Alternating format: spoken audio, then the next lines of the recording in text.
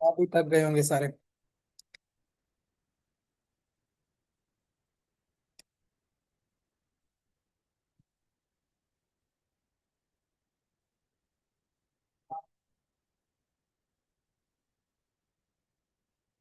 Okay okay.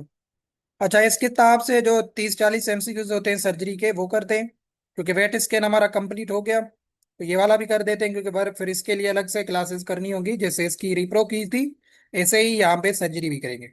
यहाँ से शुरू करते हैं। ये थोड़ा इंपॉर्टेंट क्वेश्चन है, शॉर्ट क्वेश्चन है, वीओ के हवाले से आ सकता है पेपर में। The typical sign of ripened abscess की क्या होती है? स्वेलिंग, पेन, फ्लक्चुएशन या पॉइंटिंग होती है। तो ये आपने याद रखना है, मेजर साइन होती है या टिपिकल साइन होती है। जो राइपेंड एब्सेस होती है उसमें पॉइंटिंग देखी जाती है। अभी पॉइंटिंग किसे कहा जाता है? Very good. पॉइंटिंग किसे कहा जाता है? पॉइंटिंग कहा जाता है मतलब सॉफ्ट एरिया ऑफ एब्सिस होता है, जिसमें एब्सिस जो है वो अबाउट ड्रेन होती है, मतलब अभी ड्रेन या ब्रस्ट के करीब होती है, इतनी भर जाती है। राइपेंड किसे कहा जाता है? जब मेच्योर हो जाती है ना, जब बिल्कुल मेच्योर होती है या लार्ज अमाउंट में जब पस भर जाता है, तो वो पस जो है वो रेडी टू डिस्चार्ज होता है, उसको कहा जाता है पॉइंटिंग। तो ये एक टिपिकल साइन होती है राइपेंड एब्सिस की। सोइलिंग, फ्लक्चुएशन, ये चीजें सारी होती हैं, बट ये पॉइंटिंग जो होती है ये टिपिकल साइन होती है। ये आपने याद रखनी है पेपर के हवाले से। वीओ में ये क्वेश्चन आपका आ सकता है, ठीक है। पॉइंटिंग क्या होती है? जिसमें एप्सिस जो है या पस जो है वो रेडी टू ओपन होने के टाइम में होती है, तो उसको पॉइंटिंग कहा जाता है। तो ये लास्ट स्टेज होती है एप्सिस की। तो ये एक टिपिकल साइन मानी जाती है, ये आपने याद रखना है। उसके बाद 452 पे क्वेश्चन क्या है कि surgery performed by controlled use of liquid nitrogen is known is called. वो सर्जरी जिसमें आप लिक्विड नाइट्रोजन को यूज करते हैं किसी डिजीज टिश्यूज के लिए। तो लिक्विड नाइट्रोजन ये वैसे क्या है? ये एक्सट्रीम कोल्ड जो है ना लिक्विड नाइट्रोजन है, जैसे हमने पढ़ा भी हुआ है। Very good. वहां पे क्या पे रिप्रो में बताया था लिक्विड नाइट्रोजन का कितना टेम्परेचर था? -196 डिग्री सेल्सियस। तो ये नहीं, 30% नहीं, 30% पर आप कैसे करें? लिक्विड नाइट्रोजन ये एक्सट्रीम कोल्ड लेवल होती है, जिसमें जो है ना डिस्ट्रॉय किया जाता है, जैसे एबनॉर्मल टिश्यूज होते हैं ना, उसकी जब सर्जरी की जाती है, जैसे कोई ट्यूमर वगैरह हो गया है या कोई सुपरफिशियल कैंसर सेल्स हैं, उनको डिस्ट्रॉय करने के लिए एक सर्जरी की जाती है ताकि डिजीज टिश्यू को खत्म किया जाए, तो वो होती है लिक्विड नाइट्रोजन। मतलब एक्सट्रीम कोल्ड टेम्परेचर दिया जाता है, तो उस सर्जरी को क्या कहा जाता है? क्वेश्चन ये होता है। Very good. तो उसे कहा जाता है केरियोस सर्जरी, ये आपने याद रखना है। केरियोस सर्जरी किसे कहा जाता है? जब लिक्विड नाइट्रोजन -196 डिग्री का या हाईली फ्रीजिंग का जो है ना यूज किया जाता है। हाँ, वो एनेस्थीसिया था, ये सर्जरी है, ठीक है। इलेक्ट्रो सर्जरी किसे कहा जाता है? जब आपको आपको पता है इलेक्ट्रिकल करंट यूज किया जाएगा, लेजर लेजर बीम यूज किए जाएंगे। कॉस्मेटिक सर्जरी किसे कहा जाता है? जब एनिमल की परफॉर्मेंस को इम्प्रूव किया जाता है, जैसे डॉकिंग वगैरह है, जिसमें आप टेल वगैरह को रिमूव करते हैं, तो उससे क्या होती है? एनिमल की परफॉर्मेंस बेहतर होती है, अपीयरेंस बेहतर होती है, तो उसको फिर कॉस्मेटिक सर्जरी कहा जाता है। बाकी कैरियो सर्जरी जिसमें लिक्विड नाइट्रोजन वगैरह यूज किया जाता है। अच्छा, उसके बाद example of alpha 2 antagonist. Alpha 2 antagonist के एग्जाम्पल कौन से हैं? 4 अमाइनो पेरिडीन, एटिपामाइजोल, यूएमबाइन, अलाब्दीन। तो आपने याद रखना है अल्फा 2 एंटागोनिस्ट का क्या मकसद होता है? एंटागोनिस्ट क्या होता है? रिवर्स करता है इफेक्ट को। तो जो अल्फा 2 एगोनिस्ट होते हैं, अल्फा 2 एगोनिस्ट में बताया था ना कौन कौन से होते हैं? जैलाजीन वगैरह, ये अल्फा 2 एगोनिस्ट होते हैं, ठीक है। तो इनके फंक्शंस को रिवर्स करने के लिए जो चीज दी जाती है उसको कहा जाता है अल्फा, नहीं नहीं, सारे यूज किए जाते हैं, अल्फा 2 एंटागोनिस्ट यूज किए जाते हैं, ठीक है। जाइलाजीन है, मेटिडोमाइडिन है, ये सारी ड्रग्स के जो फंक्शंस होते हैं, इनको या सेडेशंस वगैरह को रिवर्स करने के लिए अल्फा 2 एंटागोनिस्ट दिए जाते हैं। तो उसमें अमाइनो पेरिडीन भी यूज किया जाता है, यूएम्पाइन भी यूज किया जाता है, एटिपा माइजोल भी यूज किया जाता है। तो ऑल ऑफ दीज ये ऑप्शन करेक्ट होगा, ठीक है। यूएमबाइन तो वैसे भी हमने पढ़ा हुआ है, जैलाजीन का एंटागोनिस्ट होता है। ऐसे ही एंटी पेरीमाइडिन जो होता है, तो ये भी जो यूएमबाइन में भी यूज किया जाता है। और एटिपा माइजोल जो होता है, ये जो मेटिडोमाइडिन ड्रग्स वगैरह होती हैं मसल्स रिलैक्सेंट, उनके लिए यूज किया जाता है। तो सारे ये अल्फा 2 एंटागोनिस्ट होते हैं, ये आपने याद रखना है। अच्छा, उसके बाद नेक्स्ट क्वेश्चन क्या है 455 पे? के which bandage gives firm support to the injured joints. Injured joints को फर्म सपोर्ट कौन से देते हैं? ओपन वेव देते हैं। Very good. बी नहीं है, बी आपको यहाँ पे ऑप्शन में ये लगेगा, ये सखरा है बी ए की तरह, इन्होंने ऑप्शन एडजस्ट किए। ए को इधर, बी को इधर किया है, सी को इधर, डी को किया है। तो इलास्टिकेटेड है, क्रीप बैंडेज है, कॉटन है। तो आपने याद रखना है ये क्रीप बैंडेज है जो इंजर्ड जॉइंट्स को इलास्टिकली कंप्रेस करते हैं, ठीक है। ये भी क्रीप बैंडेज का एक नाम है जो सॉफ्ट टिश्यूज वगैरह में की जाती है। तो ये भी छोटा एमसीक्यू से कॉपी पेस्ट हो जाए तो कम से कम आपका पढ़ा होना चाहिए। तो वो जो इंजर्ड जॉइंट्स होते हैं उनको फर्म स्ट्रांग सपोर्ट देते हैं, कंप्रेस वगैरह करके रखते हैं ताकि वहां पे स्वेलिंग वगैरह ना हो। तो ये क्रीप बैंडेज आपने याद रखना है। उसके बाद surgical enlargement of the hernial ring is known as call. Surgical enlargement of hernial ring को क्या कहा जाता है? केलोटोमी कहा जाता है, मायोटोमी कहा जाता है, केलोपेक्सी कहा जाता है, या मायोपेक्सी कहा जाता है। तो अभी क्या होता है, ड्यूरिंग हर्निया की जब सर्जरी की जाती है तो हर्निया की जो रिंग होती है वो टाइट होती है वेरी, ठीक है। तो जो सर्जन होता है ना वहां पे रिंग पे इंसिशन देता है। एक मिनट। केलो yes, very good very good, celotomy होगा। तो वहां पे सर्जन क्या करता है, रिंग को देता है इंसिशन। इंसिशन देता है तो वहां पे क्या फायदा होता है, जैसे रिंग थोड़ी वो वाइड हो जाती है तो वहां पे जो आर्गन्स फंसे हुए होते हैं, जैसे इंटेस्टाइन है या ट्रेप्ड आर्गन्स है, वो अपनी एब्डोमिनल कैविटी में सेफली रिटर्न हो जाते हैं। तो इस जो इंसिशन जो दिया जाता है इसको कहा जाता है केलोटोमी। ए ऑप्शन, ठीक है। केलोटोमी, टोमी वैसे भी वर्ड बताया हुआ है किसके साथ रिलेटेड है, इंसिशन के साथ रिलेटेड। तो केलोटोमी इंसिशन जो एनलार्जमेंट ऑफ हर्नियल रिंग होती है उसको दिया जाता है तो उसको केलोटोमी कहा जाता है। केलोपेक्सी किसे कहा जाता है? केलोपेक्सी फिर कहा जाता है सुचरिंग ऑफ हर्नियल सेक या सराउंडिंग में जो फिक्सेशन आप कर रहे हैं उसको केलोपेक्सी कहा जाता है। ऐसे ही मायोटोमी किसे कहा जाएगा? मसल्स पे इंसिशन। टोमी का वर्ड है, इंसिशन की बात होगी, मायोटोमी मसल्स, और मायोपेक्सी ये वही फिक्सेशन वगैरह ऑफ मसल्स। ठीक है, तो ये आपने याद रखने हैं एमसीक्यूज। उसके बाद नेक्स्ट क्वेश्चन क्या है कि formal gel test is use for the diagnosis of pyometra, hydrothorax, pneumothorax, pyothorax. तो ये आपने याद रखना है, फॉर्मल जेल या फॉर्मल जेल टेस्ट इसको कहा जाता है। ये की जाती है किसमें? पायोमेट्रा में। पायोमेट्रा किसे कहा जाता है? पस इन यूट्रस। नहीं नहीं, पायोथोरिक्स नहीं, पायोमेट्रा में होता है। पायोमेट्रा में ये डायग्नोस्टिक टेस्ट होती है, डिटेक्ट किया जाता है ब्लड में ग्लोबुलिन लेवल प्रोटीन्स वगैरह की, ठीक है। तो पायोमेट्रा क्या होता है, यूट्रस में जब पस वगैरह एक्यूमुलेट हो जाती है तो ये बैक्टीरियल को इन्फेक्शन होता है तो वहां पे ब्लड में सीरम में ग्लोबुलिन की लेवल देखने के लिए ये जेल टेस्ट की जाती है, ठीक है। फॉर्मल जेल टेस्ट ये आपने याद रखना है।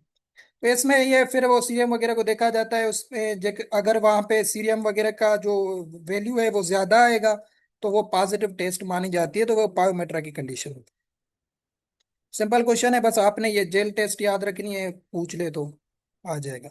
बाकी उसके बाद ये निमोथोरेक्स क्या कहा जाता है? जब एयर फंस जाती है लंग्स में, ये क्वेश्चन हमने किया भी था।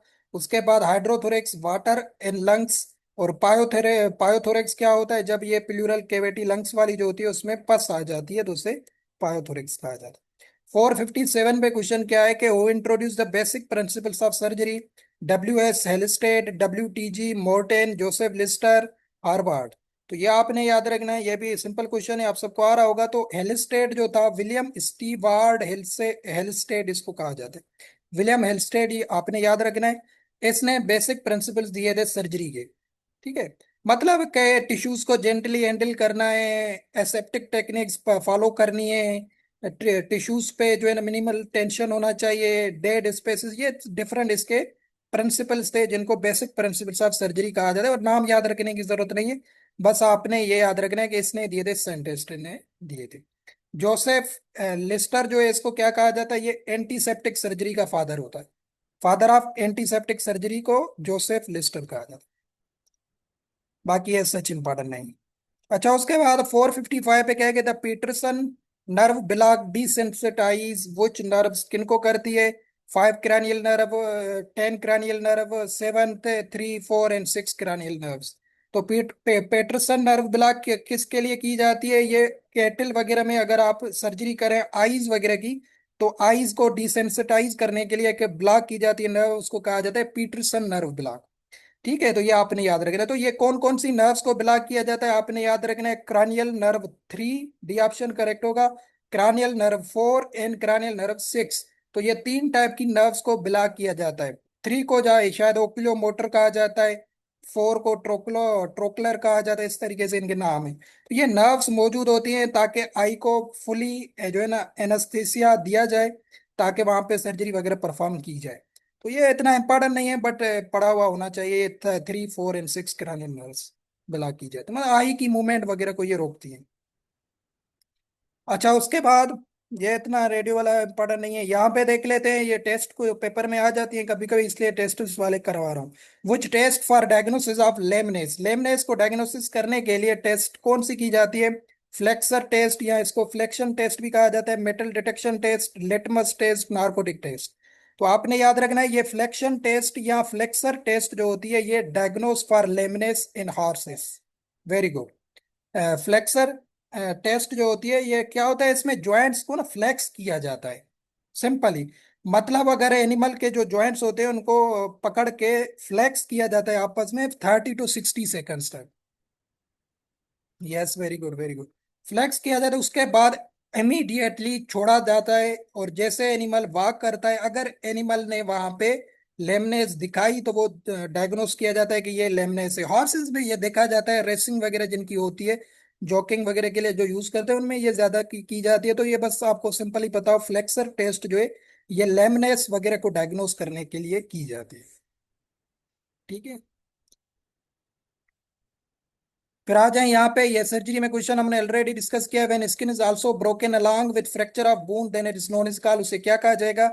जब बोन के फ्रैक्चर के साथ साथ स्किन भी इन्वॉल्व होगी, ठीक है, तो उसे सिंपल कंपाउंड इनकम्प्लीट या कंप्लीट फ्रैक्चर कहा जाता है। तो ये आपने याद रखना है। नहीं नहीं, डी नहीं होगा, डी नहीं होगा, कंप्लीट अलग है, ये होता है कंपाउंड फ्रैक्चर। ठीक है, सी ऑप्शन यहाँ पे करेक्ट होगा। Very good. कंपाउंड फ्रैक्चर होता है। कंपाउंड फ्रैक्चर में क्या होता है कि जो बोन्स होते हैं वो तो फ्रैक्चर होते ही होते हैं, बट उसमें स्किन भी इन्वॉल्व होती है। स्किन इन्वॉल्व होने का यहाँ पे मतलब क्या है कि ये एक्सपोज हो जाता है टुवर्ड्स इन्वायरमेंट। ठीक है, सिंपल फ्रैक्चर हमने पढ़ा था ना कि वहां पे एनवायरमेंट का कोई भी स्टीराइल होता है ऑलवेज, ये भी क्वेश्चन बताया सिंपल फ्रैक्चर से, क्योंकि वहां पे एनवायरमेंट इन्वॉल्व नहीं होता। एनवायरमेंट अगर इन्वॉल्व होता है या एक्सटर्नल एनवायरमेंट से वो फ्रैक्चर एक्सपोज हो जाता है, तो वहां पे हायर रिस्क होते हैं किसके? इन्फेक्शन के या कंटामिनेशन के। ठीक है, तो उसमें क्या होता है, जब स्किन ब्रोक हो जाती है तो ये क्या हो जाता है, एक्सटर्नल एनवायरनमेंट के साथ एक्सपोज हो जाता है फ्रैक्चर, तो उसको कहा जाता है कंपाउंड फ्रैक्चर।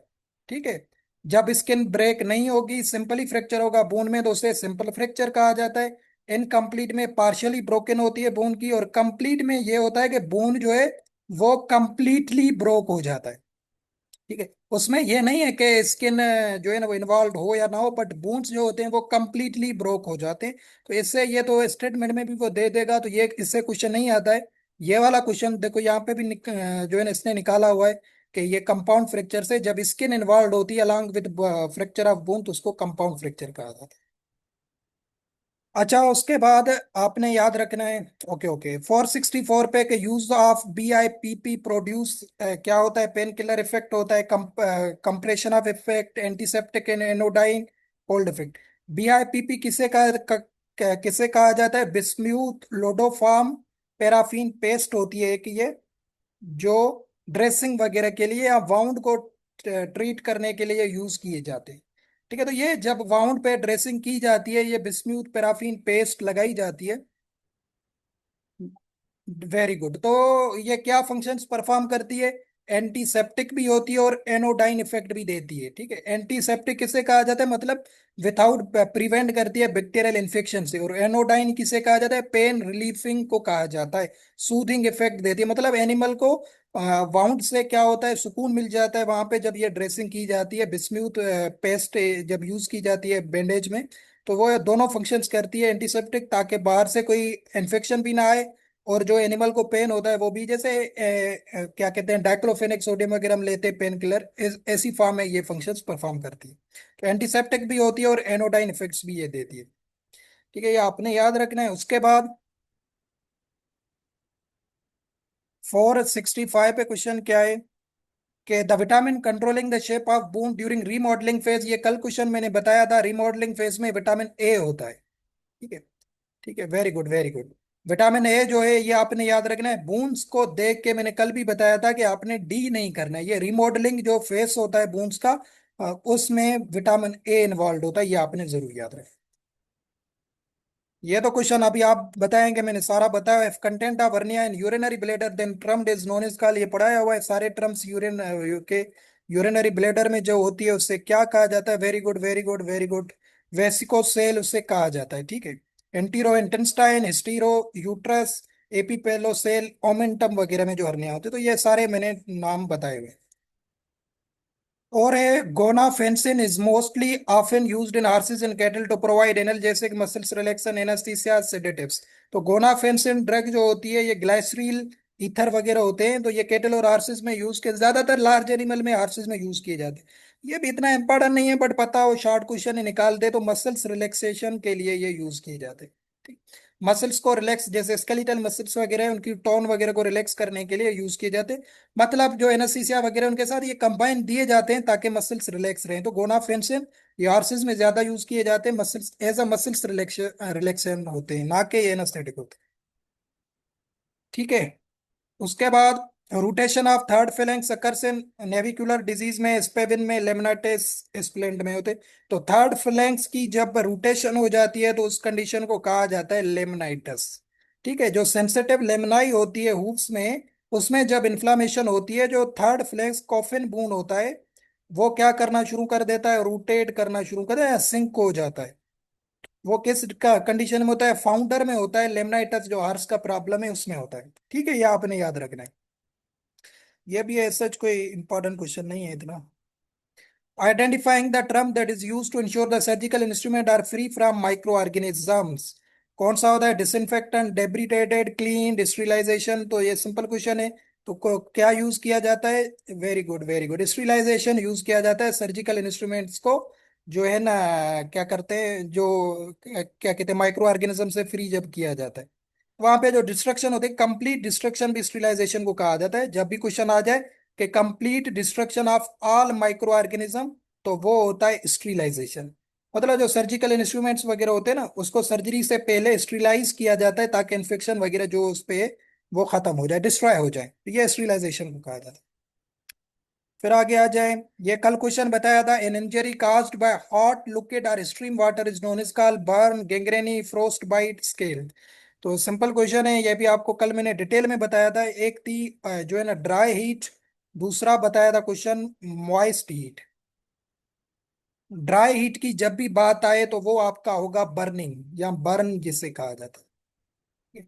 ड्राई हीट की जब भी बात आए वो बर्न होगा। वेरी गुड, स्केल्ड होगा ये स्केल। यहाँ पे जब भी हॉट, लिक्विड या मॉइस्ट की बात आए तो उसको कहा जाता है स्केल्स। ये वेरी इंटरचेंजेबल टर्म्स हैं, ये आपने जरूर याद रखने। बार बार इसकी रिवीजन करवा रहा हूँ। हॉट लिक्विड्स का क्या मतलब होता है, मतलब कोई हॉट वाटर है, बॉइलिंग लिक्विड्स है, कोई स्ट्रीम है, तो इनकी वजह से जो इंजरी होती है तो उसको स्केल्स कहा जाता है, ये आपने याद रखना है। अगर यहाँ पे होता है ड्राई हीट, तो उससे कहा जाता है बर्न। ड्राई हीट में क्या क्या चीजें आती हैं ये आपने याद रखना है। इलेक्ट्रिसिटी का वर्ड दे दे, इलेक्ट्रिसिटी ड्राई है ना, आप उस लिक्विड तो नहीं है ना, फ्लेम है, तो ये भी क्या है, ड्राई है। रेडिएशन हैं, ये भी ड्राई हैं। तो इनका कोई वर्ड दे के कहे कि इनसे अगर इंजरी हो जाए तो उसे क्या कहा जाएगा, उसे बर्निंग कहा जाएगा, बर्न कहा जाए। फोर्स बाइट भी कल बताया था, फ्रोस्ट बाइट कहा जाता है जब एक्सट्रीम कोल्ड की वजह से इंजरी होती है। बिल्कुल कोल्ड एक्सट्रीम कंडीशंस की वजह से जो इंजरी होती है उसको फ्रोस्ट बाइट कहा जाता है। गैंग्रेनी तो आप सबको पता है किसे कहा जाता है, डेथ ऑफ बॉडी टिश्यूज को कहा जाता है। जब टिश्यूज की डेथ हो जाती है due to loss of blood vessels, या ब्लड सप्लाई वगैरह जो होता है वो खत्म हो जाता है, तो उसको गैंग्रेनी कहा जाता है। यह क्वेश्चन भी वेरी इंपॉर्टेंट है, हमने डिस्कस किया हुआ है already. The reducing agent in developer में, डेवलपर में रिड्यूसिंग एजेंट केमिकल बताया था, hydroquinone, sodium sulphide, sodium thiosulphate, sodium carbonate. आप सबको आ रहा होगा रिड्यूसिंग एजेंट कौन सा यूज किया जाता है, हाइड्रोक्विनोन यूज किया जाता है। हाइड्रोक्विनोन का फंक्शन क्या होता है, ये रिड्यूसिंग एजेंट का मतलब जो सिल्वर क्रिस्टल्स हेलाइट्स होती है एक्सरे में, उनको कन्वर्ट करता है ब्लैक इमेज में। ठीक है, ब्लैक मेटालिक सिल्वर में कन्वर्ट करता है, ये रिड्यूसिंग एजेंट का काम होता है। तो ये बताया था ना, डेवलपिंग का कितना टाइम होता है, 5 मिनट का टाइम होता है, जिसमें हम ये केमिकल्स वगैरह को यूज किया जाता है ताकि कंट्रास्ट इमेज का अच्छा बने। तो उसमें हाइड्रोक्विनोन को ज्यादा यूज किया जाता है ताकि जो सिल्वर वाले एक्सपोज्ड है उसको रिड्यूस किया जाए, ताकि ब्लैक इमेज एक्सरे फिल्म पे बन सके। तो ये डायरेक्ट क्वेश्चन है कि रिड्यूसिंग एजेंट डेवलपर में कौन सा यूज किया जाता है, हाइड्रोक्विनोन। ये काफी दफा क्वेश्चन, ये इंडियन पेपर्स में ज्यादा आया है, हमारे पास नहीं आया है ये सच क्वेश्चन एसपीएससी में। इंडियन एग्जाम्स में ज्यादा आता है, तो हाइड्रोक्विनोन आपने याद रखना है। ठीक है। बाकी सोडियम जो थायोसल्फेट है, ये एज अ फिक्सर का काम करता है फिक्सेशन के दौरान। और उसके बाद सोडियम सल्फाइड जो है ये प्रिजर्वेशन का काम करता है, सोडियम कार्बोनेट जो है ये एक्टिवेटर का काम करता है। ये सारे डेवलपर्स में ही केमिकल यूज होते हैं, एक्टिवेटर का काम करते हैं। उसके बाद नेक्स्ट क्वेश्चन कौन सा है? 467 back in growth of blood vessels into the cornea is known, इसका growth of blood vessels in cornea हो जाती है तो उसके क्या कहा जाता है? अभी यहाँ पे भी थोड़ी जो है ना, इसने जो वेरी गुड डी ऑप्शन, मेक्यूला जो होता है वो उससे कहा जाता है मेक्यूल। पेनस को भी कहा जाता है वैसे।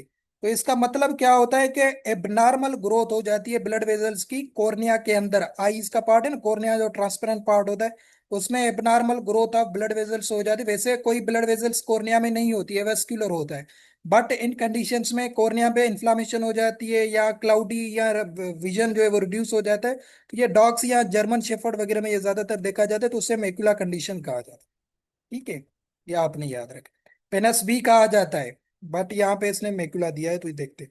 यूट्रैक्ट method of omentopexy is treatment recommended for abomasal displacement, gastric dilation, caecal dilation, rectovaginal fistula. तो ये आपने याद रखना है, Utrecht method very important question है, ये भी यूट्रैक्ट पेपर में दे सकता है। तो ये एबोमेजल डिस्प्लेसमेंट को ठीक करने के लिए ट्रीटमेंट दी जाती है। यूट्रैक्ट मेथड का मकसद क्या होता है कि एबोमिज्म को अपनी जगह पे फिक्स करना। ठीक है, एब्डोमिनल वाल में, तो उसे यूट्रैक्ट मेथड ऑफ ओमनेटोपेक्सी कहा जाता है। तो ये एबोमेजल डिस्प्लेसमेंट में किया जाता है। सबसे खतरनाक कॉमन कौन सी होती है? Left displacement of abomasum. यहाँ से रिवाइज करवा रहा हूँ, मैंने बता दिया है पहले ही। अच्छा, ये भी देख लें definition, interruption of information flow from unconscious parts of brain is produced in. मतलब इंफॉर्मेशन जो ब्रेन में हो रही है वो इंटरप्ट हो रही है, ये वर्ड आपने याद रखना है। ये किसकी डेफिनेशन है? जनरल एनेस्थीसिया की, इनहेलेंट एनेस्थीसिया की, एपिड्यूरल की, या डिसोसिएटिव एनेस्थीसिया? तो ये आपने याद रखना है। डिसोसिएटिव एनेस्थीसिया में मैंने आपको बताया था कि इसमें ब्रेन डिस्कनेक्ट हो जाता है। डिसोसिएटिव वर्ड का ही मतलब है disconnected functions of brain.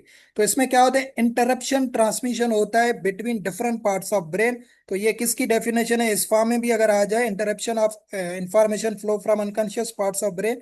General anaesthesia आपने नहीं करना है, जनरल एनेस्थीसिया में कंप्लीटली अनकॉन्शियस हो जाता है, उसमें कोई इंफॉर्मेशन ऑफ ब्रेन में कोई भी इंटरप्शन नहीं होती है। तो डिसोसिएटिव एनेस्थीसिया में फंक्शनली सेपरेट हो जाता है सेंसरी इनपुट से, तो वहां पे इंफॉर्मेशन इंटरप्ट होती है। ठीक है, आईज ओपन होती हैं, जिसमें केटामिन वगैरह आप यूज करते हैं। डिसोसिएटिव एनेस्थीसिया केट में ज्यादा यूज की जाती है, ऐसे एमसीक्यूज बताएं। और कौन सा टाइप है ड्रग, कौन सी यूज की? तो केटामीन डिसोसिएटिव एनालिसिस होती है। मसल स्टोन्स वगैरह को इंक्रीज करती है, रिलैक्स करती है, आईज ओपन होती हैं। अगर आप वहां पे कोई शोर मचाएंगे, टच करेंगे एनिमल के टेल को, तो एनिमल उठ जाएगा। उठने का मकसद ये है कि वो मूवमेंट करेगा। तो ये क्या होती है? इंटरप्शन होती है ब्रेन के इंफॉर्मेशन में, कंप्लीटली नहीं होती है। तो इसको डिसोसिएटिव इसलिए कहा जाता है। जनरल एनेस्थीसिया में प्रोड्यूस होता है कंप्लीट अनकॉन्शियसनेस। एपिड्यूरल एनेस्थीसिया किसके लिए? स्पाइनल कार्ड में नर्व ट्रांसमिशन को ब्लॉक किया जाता है। इनहेलेंट एनेस्थीसिया भी क्या होता है? ये भी जनरल एनेस्थीसिया की तारीख जो है ना प्रोड्यूस इफेक्ट करता है। अच्छा, उसके बाद क्वेश्चन क्या है? 480 वाला भी देख लेते हैं, ये पेपर के वाले से तो इम्पोर्टेंट नहीं है। Plantar tenotomy is indicated for the treatment of spavin है, नकलिंग है, पटेलर लग्जेशन है, स्ट्रिंग हाल्ट है। तो स्ट्रिंग हाल्ट आपने याद रखना है, ये भी हार्स में एक प्रॉब्लम होती है स्ट्रिंग हाल्ट की। तो उसमें प्लेंटर टेनोटोमी की जाती है, मतलब जो कटिंग या डिवीजन की जाती है प्लेंटर टेडान की। ठीक है, स्ट्रिंग हाल्ट क्या होता है? ये न्यूरोमस्कुलर डिसऑर्डर होता है हार्स में। तो इसमें क्या होता है? सडनली जो है ना एग्जाजिरेट फ्लेक्शन हो जाती है हाइंड लिम्स की, या वो अपवर्ड मूवमेंट कर लेता है हाइंड लिम्स को वॉकिंग के दौरान। तो वो ये भी जो है ना, एंड सम केसेस लेमनाइटस वाली कंडीशन है, तो उसे स्ट्रिंग हाल्ट कहा जाता है। ठीक है, तो उसमें जो सर्जरी या परफॉर्म की जाती है वो कही जाती है प्लेंटर टेनोटोमी। ठीक है, yes very good, upward fixation of patella इस तरीके से ही होती है। तो वो बार बार जर्की मूवमेंट करता है, अपवर्ड मूवमेंट करता है हाइंड लेग को ड्यूरिंग वॉकिंग, तो इसको स्ट्रिंग हाल्ट कहा जाता है। तो इसको ठीक करने के लिए प्लेंटर टोनोटोमी की जाती है, मतलब टेडान वगैरह को कट किया जाता है, डिवीजन की जाती है, ताकि वो उसे पहनना। फोर उसके बाद 481, ये भी थोड़ा इंपॉर्टेंट क्वेश्चन है। Typical sign of moist gangrene of tail. सबसे पहले बताओ, मॉइस्ट गेंग्रेनी टेल में देखी जाती है ज्यादातर। ठीक है। तो ये भी किसका गेंग्रेनी का एक टाइप होता है, ड्राई गेंग्रेनी, मॉइस्ट गेंग्रेनी। तो मॉइस्ट गेंग्रेनी में टिश्यूज की डेथ हो जाती है, नेक्रोसिस हो जाती है, बट एसोसिएटेड होता है किसके साथ? बैक्टीरियल इन्फेक्शन के साथ। ठीक है, बैक्टीरियल इन्फेक्शन होगा, उसके साथ लॉस ऑफ ब्लड सप्लाई होंगे एज अ मॉइस्चर फॉर्म में। तो इस किसमें होती है? टेल में होती है। साइन क्या? इरेक्टेड हेयर है, स्वेलिंग है, immobility of tail, cold to touch आपने याद रखना है। वेरी इंपॉर्टेंट एमसीक्यू से। कोल्ड टू टच का यहाँ पे मकसद क्या है? कि वहां पे ब्लड सर्कुलेशन खत्म हो जाती है। खत्म हो जाएगी तो वो क्या होगा? जब आप टच करेंगे आपको बिल्कुल कूल नजर आएगा टेल। कूल जो है वो आपको क्या फील होगा? वेरी कोल्ड फील होगा। तो इसको कहा जाता है मॉइस्ट गेंग्रेनी। और ये किस में ज्यादातर देखी जाती है? टेल में देखी जाती है। ठीक है। और कोल्ड टू टच इसकी टिपिकल साइन होती है, ये आपने याद रखना है। ठीक है, ये मॉइस्ट गेंग्रेनी में होता है। उसके बाद fluorescein dye is used for the diagnosis of corneal opacity है, कॉर्नियल एडिमा है, कॉर्नियल मेलानोसिस है, कॉर्नियल अल्सर है। तो ये किस में देखा जाता है? फ्लोरोसन डाई, ये कॉर्नियल अल्सर वगैरह में डाई यूज की जाती है। ठीक है। तो ये भी एक डायग्नोस्टिक डाई होती है, ताकि कोई अल्सर वगैरह कॉर्निया में हो गया है तो उसको जो है ना डिटेक्ट करने के लिए यूज की जाती है।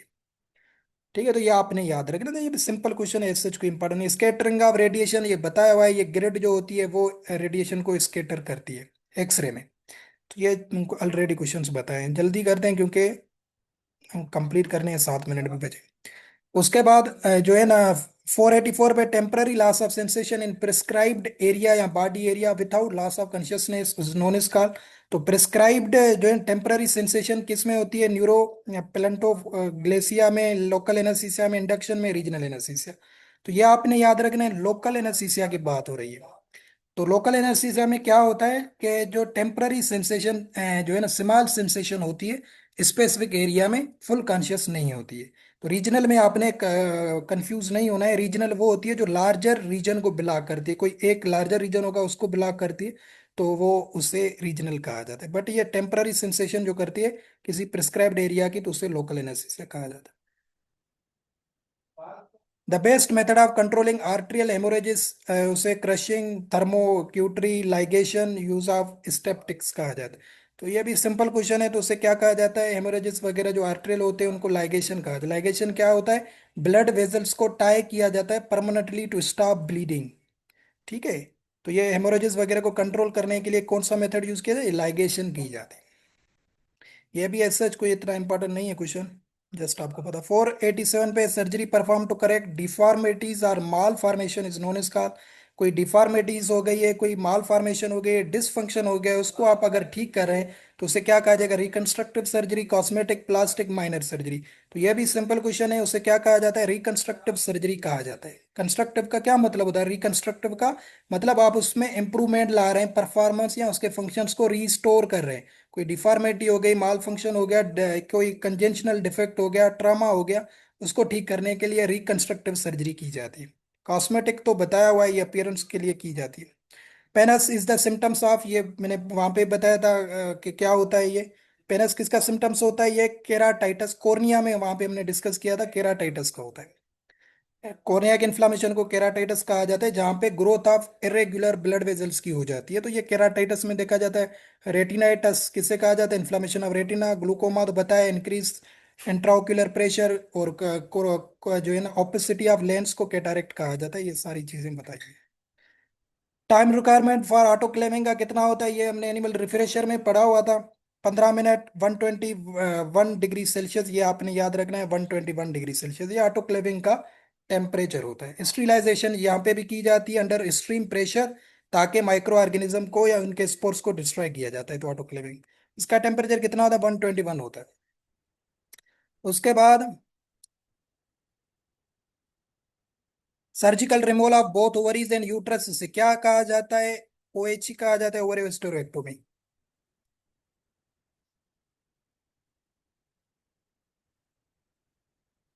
पेनिट्रेशन पावर ऑफ एक्सरे किस पे डिपेंड करता है? जो पेनिट्रेशन पावर होता है एक्सरे का, फ्रीक्वेंसी पे, वेवलेंथ पे, स्पीड पे, डेंसिटी पे। तो ये आपने याद रखना है, ये पेनिट्रेशन किस पे डिपेंड करता है? फ्रीक्वेंसी पे करता है एक्सरे। ठीक है। ये भी आपको पता होगा, फ्रीक्वेंसी किससे कहते हैं? नंबर ऑफ एक्सरे जो वेव्स होती है वो एक सेकंड में कितनी पास होती है। ठीक है। तो जितनी फ्रीक्वेंसी ज्यादा होगी उसकी पेनिट्रेटिंग पावर या एनर्जी ज्यादा होगी। तो नंबर ऑफ वेव्स को कहा जाता है फ्रीक्वेंसी। तो पेनिट्रेटिंग पावर जो एक्सरे का होता है वो किस पे डिपेंड करता है, फ्रीक्वेंसी पे डिपेंड करता है। हाई फ्रीक्वेंसी हाई एनर्जी, तो ग्रेटर पेनिट्रेशन पावर हो गया। तो ये भी इतना इंपॉर्टेंट नहीं है। Common side of urethral obstruction kettle में, ये भी पता हो आपको।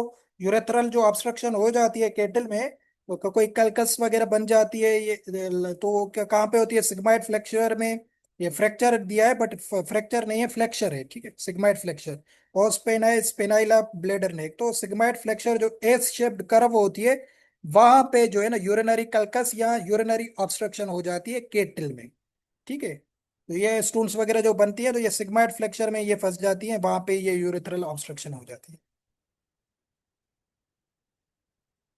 उसके बाद the main cause of death in case of burning during later stage, last question करवा रहा हूँ यहाँ का, 500 पे ये। तो जो मेन काज होता है बर्निंग का, लेटर स्टेज की बात हो रही है, हाइपोवोलेमिक शॉक से, ब्लड सप्लाई एस्फेक्सिया, तो सेकेंडरी इन्फेक्शन से होती है, ये आपने याद रखना। लेटर स्टेज में अगर बर्निंग हो जाती है जो है ना, तो पेशेंट उसमें डेथ भी हो, वेरी गुड। तो बर्निंग जैसे होती है तो अर्ली स्टेजेस में हाइपोवेलमिया होता है, मतलब ब्लड वेजल्स वगैरह वहां पे शॉक प्रोड्यूस होता है, लॉसेस होती हैं, फ्लड लॉसेस। बट जो लेटर स्टेजेस होते हैं बर्निंग के, उसमें जो डेथ अगर एनिमल की हो जाएगी तो वो सेकेंडरी इन्फेक्शन से होगी। सेकेंडरी इन्फेक्शन का क्या मतलब होता है यहाँ पे, मतलब वहां पे टिश्यूज में कोई और सेप्टिसीमिया, कोई इन्फेक्शन और आ जाएगा बाहर का, ठीक है। बर्निंग तो हो जाएगी जिससे टिश्यू बर्न हो गए, बट उसके बाद सेप्टिसीमिया के इन्फेक्शन आ जाएंगे, तो ये सेकेंडरी इन्फेक्शन से लेटर स्टेज में ड्यूरिंग बर्निंग डेथ होती है, मेन काज होता है एनिमल की डेथ का। ठीक है, हाइपोवेलमिया तो बता दिया। एस्फेक्सिया किसे कहा जाता है, ये जब स्मोक वगैरह होता है, जब एयर वेज में इनहेलेशन के दौरान चला जाता है। बिलाल आज तो सिंपल ही बताए। तो यहाँ तक ये मेजर मेजर क्वेश्चंस थे जो हमने डिस्कस कर लिए यहाँ के, ताकि ये बुकलेट भी हमारी इसके साथ हो जाए। तो ये कोई प्रोफेसर साहब हैं, इनके निकाले हुए एमसीक्यूज जो है ना, जूनागढ़ इंडिया के, ये सर्जरी एंड रेडियोलॉजी के प्रोफेसर हैं। तो यहाँ से भी कॉपी पेस्ट हो सकते हैं। तो ये भी हमने कर लिए। आई होप कि ये चीज़ें क्लियर होंगी। नेक्स्ट क्लास पाकिस्तान अफेयर्स की है, अगर आप आएंगे तो हम लेंगे, क्योंकि उसके बाद